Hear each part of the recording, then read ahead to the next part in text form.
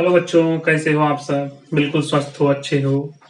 तो बच्चों, हम लोगों ने आपकी कक्षा 7 की जो पुस्तक है सामाजिक एवं राजनीतिक व्यवस्था के अध्याय 2 को हम लोगों ने देखा। पूरे चैप्टर को हम लोगों ने पढ़ा और अब हम लोग बच्चों उसके प्रश्न अभ्यास को हम लोग करेंगे। तो पिछले वीडियो को आप लोग देख चुके होंगे। इस चैप्टर का नाम है लोकतांत्रिक प्रतिनिधित्व के आधार। तो मैं आशा करता हूं कि आप पूरे वीडियो को अच्छी तरह से देख लिए होंगे और अब हम लोग आज इस वीडियो में उसके प्रश्नोत्तरी को करेंगे। तो जैसा कि बच्चों आप देख पा रहे हैं, फर्स्ट में मेरा रिक्त स्थानों की पूर्ति करें ये है। तो हम लोग अभी रिक्त स्थानों की पूर्ति करेंगे। वीडियो को आप लोगों ने ध्यान से देखा होगा तो आपको प्रश्नोत्तरी करने में कोई परेशानी नहीं होगी। तो बच्चों, पहला मेरा डैश वर्ष की उम्र का प्रत्येक भारतीय वोट डालने का अधिकारी। तो बच्चों, जैसा कि हम आपको बता चुके हैं, जिसकी भी उम्र 18 वर्ष हो गई है वो वोट डालने का अधिकारी है।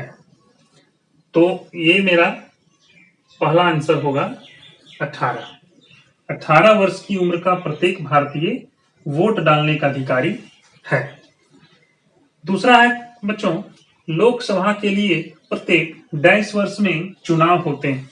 तो आपको बताया गया है कि प्रत्येक 5 साल में चुनाव होते हैं। तो हम यहां लिख देंगे 5। चुनाव क्षेत्रों का परिसीमन डैश करता है। कौन करता है बच्चों? आप लोगों को मैंने बताया चुनाव आयोग के कार्य। तो जो चुनाव आयोग के कार्यों को हम लोगों ने देखा तो उसमें उन कार्यों में चुनाव क्षेत्रों का परिसीमन का भी हम लोग चर्चा किए थे। परिसीमन का काम बच्चों चुनाव आयोग करता है। तो हम लोग आंसर में चुनाव आयोग लिख देंगे। आगे है बच्चों, कांग्रेस की स्थापना डैश में हुई। तो हम लोगों ने पढ़ा था कि कांग्रेस की स्थापना 1885 ईस्वी में हुई थी। भारतीय जनता पार्टी एक राष्ट्रीय पार्टी। कैसी पार्टी बच्चों? राष्ट्रीय पार्टी है। झारखंड मुक्ति मोर्चा डैश में राज्य स्तरीय पार्टी है। तो आप लोगों को मैंने बताया था कि JMM झारखंड मुक्ति मोर्चा झारखंड में एक राज्य स्तरीय पार्टी है। तो हम लोग क्या भर देंगे? झारखंड। ठीक है बच्चों, तो ये था आपका रिक्त स्थानों की पूर्ति कीजिए। अब हम लोग प्रश्नोत्तरी को करेंगे। निम्न प्रश्नों के उत्तर दीजिए। इन प्रश्नों के एक एक करके मैं उत्तर आप लोगों को बताऊंगा। आप क्या करेंगे, जैसे कि रिक्त स्थानों की पूर्ति है उसी प्रकार से सभी प्रश्नोत्तरों को आप अपनी कॉपी में लिख लेंगे ताकि आप परीक्षाओं में इसको बेहतर तरीके से कर पाए, जिससे आप लोगों को कोई समस्या ना हो और आप अच्छे ढंग से आप अपनी परीक्षाओं में अच्छे नंबर प्राप्त कर सकें। तो ठीक है बच्चों, अब हम लोग आगे प्रश्न अभ्यास को करेंगे। निम्न प्रश्नों के उत्तर दें, उसको हम लोग करेंगे। जैसा कि बच्चों आप देख पा रहे हैं, मेरा पहला प्रश्न है वयस्क मताधिकार से आप क्या समझते हैं?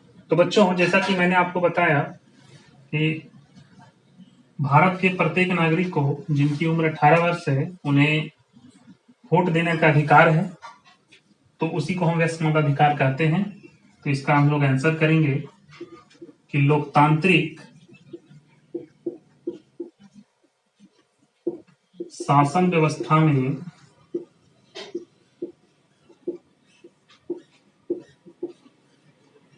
प्रत्येक वयस्क नागरिक को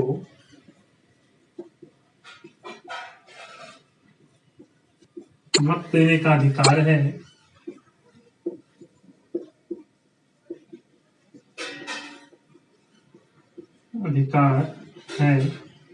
इसे ही वयस्क मताधिकार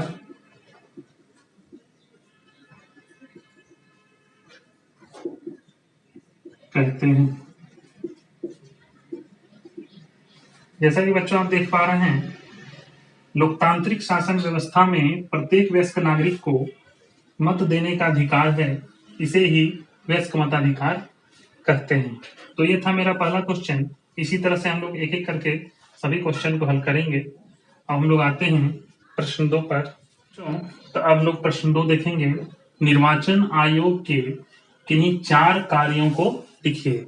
तो बच्चों, मैंने आप लोगों को बताया कि निर्वाचन आयोग के जो कार्य हैं, चुनाव आयोग के कार्य हैं, उसको हम लोग लिखेंगे कि उनके कौन कौन से कार्य हैं। देखिए, पहले हम लोग लिखेंगे निर्वाचन आयोग के कार्य। ठीक है, ऐसा हम लोग लिख लेंगे निर्वाचन आयोग के कार्य। फर्स्ट में है मतदाता सूची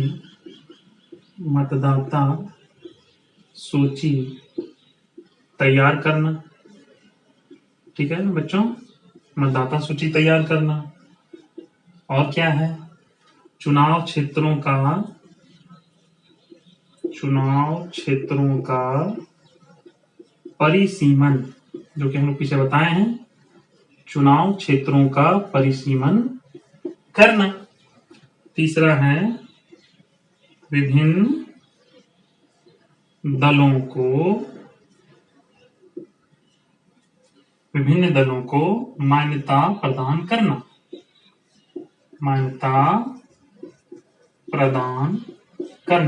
और चौथा हम लिख देंगे तिथियों का निर्धारण करना।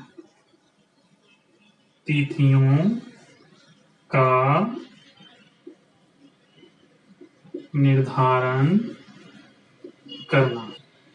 है बच्चों, तो हम लोग इसमें देखेंगे कि मतदाता सूची तैयार करने का काम चुनाव आयोग का है, चुनाव क्षेत्रों का परिसीमन करना, विभिन्न दलों को मान्यता प्रदान करना, तिथियों का निर्धारण करना। हम लोग पीछे जाने कि तिथियों का भी निर्धारण चुनाव आयोग करती है, कब चुनाव होने हैं, कब नामांकन करना है, कब नामांकन वापस लेना है, किस तिथि को मतदान होना है और किस तिथि को परिणाम आने हैं, यानी मतगणना होनी है। तो इसी सब कार्यों का भी काम निर्वाचन आयोग का है। तो बच्चों, आप इसको अच्छे ढंग से कॉपी में लिख लेंगे ताकि परीक्षा में आप इसको अच्छे ढंग से कर पाए। आप वीडियो को रोक के पॉज करके इसको लिख लेंगे। तो हम लोग आगे प्रश्नों को देखते हैं। ठीक है बच्चों, हमारा प्रश्न 3 है, भारत में इस समय राष्ट्रीय पार्टी का दर्जा किन दलों को प्राप्त है? तो इसका आंसर हम लोग देखेंगे कि भारत में ऐसे कौन कौन सी पार्टियां हैं जिनको राष्ट्रीय दर्जा प्राप्त है। तो पहला है भारतीय जनता पार्टी बीजेपी, दूसरा है भारतीय राष्ट्रीय कांग्रेस INC, तीसरा है भारतीय कम्युनिस्ट पार्टी मार्क्सवादी, जिसको हम लोग CPIM लिखते हैं, भारतीय communist party CPI, Bahujan Samaj party BSP, राष्ट्रवादी कांग्रेस पार्टी NCP। ठीक है बच्चों, तो ये जो पार्टियां हैं इनको राष्ट्रीय पार्टी का दर्जा प्राप्त है। अब हम लोग प्रश्न 4 देखेंगे। झारखंड में राज्य स्तरीय पार्टियां कौन कौन सी है? तो देखिए बच्चों, झारखंड में जो राज्य स्तरीय पार्टियां हैं वो है फर्स्ट में ऑल झारखंड स्टूडेंट्स यूनियन, जिसको हम लोग आसू कहते हैं, झारखंड मुक्ति मोर्चा JMM, झारखंड विकास मोर्चा प्रजातांत्रिक JVMP और राष्ट्रीय जनता दल RJD। ठीक है बच्चों, तो आप लोगों से आग्रह होगा कि आप सभी प्रश्न उत्तरों को अच्छे ढंग से कॉपी में लिखेंगे। आप वीडियो को पॉज कर करके इसे आप लिखेंगे और वीडियो को ध्यान से देखेंगे, स्किप नहीं करेंगे, वीडियो को पास नहीं करेंगे, ताकि आपका पूरा प्रश्न हो जाए। प्रश्न कोई, अगर आपको मेरा वीडियो पसंद आता है तो प्लीज मेरे वीडियो को सब्सक्राइब जरूर करें। इस टाइप से आपका सब्सक्राइब वाला, इस तरह का सब्सक्राइब बगल में लिखा हुआ रहता है, आपको उसको टच कर देना है और बगल में एक घंटी छपा हुआ आपको मिलेगा, उसको आपको प्रेस करके ऑल वाले सेक्शन में आपको टच कर देना है, जिससे कि आपके लिए इस तरह के मैं वीडियो बनाऊं तो आपको उसका नोटिफिकेशन मिले और आप आगे मेरे वीडियो से लाभान्वित हो पाए। ठीक है बच्चों, अब हम लोग प्रश्न 5 देखते हैं।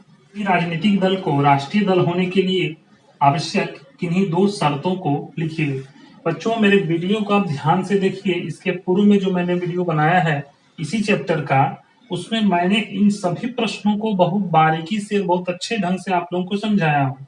अगर आप उस वीडियो को देख लेते हैं तो ये सारे प्रश्न के आंसर उसमें मिल जाएंगे और बहुत अच्छे ढंग से मैंने आपको समझाया है। तो आप उस वीडियो को देखिए, वीडियो को पूरा देखिए, ताकि इस तरह के जो वीडियो हैं, इस तरह के जो प्रश्न हैं वो आप अच्छी तरह से कर पाए।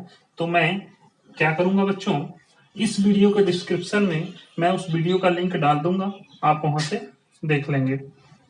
देखिए, अगर कोई राजनीतिक दल है तो उसको राष्ट्रीय दल का दर्जा मिलना है, तो उसके लिए कुछ शर्तें हैं। तब उन शर्तों में से कोई 2 शर्त हम लोगों को लिखना है। देखिए, पहला है, यदि कोई पार्टी कम से कम 4 राज्यों में राज्य स्तरीय पार्टी का दर्जा प्राप्त कर ले। अगर कोई पार्टी है तो उस पार्टी को कम से कम 4 राज्य में राज्य स्तरीय पार्टी होना चाहिए, तब उसको राष्ट्रीय पार्टी का दर्जा मिलेगा। दूसरा है, लोकसभा या विधानसभा के चुनाव में 4 राज्यों में उसे 6% वोट मिलने चाहिए तथा साथ ही साथ लोकसभा की 4 सीटें भी होनी चाहिए, तभी उसको राष्ट्रीय पार्टी का दर्जा मिल सकता है। तो ठीक है बच्चों, ये आपका प्रश्नोत्तरी कंप्लीट हो गया है। ये आपका प्रश्नोत्तरी कंप्लीट हो गया है। तो आप इस प्रश्नोत्तरी को अपनी कॉपी पर लिख लेंगे। आशा करता हूं कि आप इससे, मेरे वीडियो से, मेरे पढ़ाए गए चैप्टर से आप लाभान्वित होंगे। तो बच्चों, अगर इस तरह के वीडियो आपको पसंद आते हैं तो आप मुझे कमेंट में बताइए, और जब आप वीडियो देख रहे हैं तो वीडियो को लाइक भी जरूर करना है। आपके वीडियो स्क्रीन पर चल रहे होते हैं, नीचे लाइक कमेंट वाला सेक्शन होता है, बगल में सब्सक्राइब वाला सेक्शन होता है, तो आपको सब्सक्राइब भी करना है और मेरे वीडियो को लाइक भी करना है।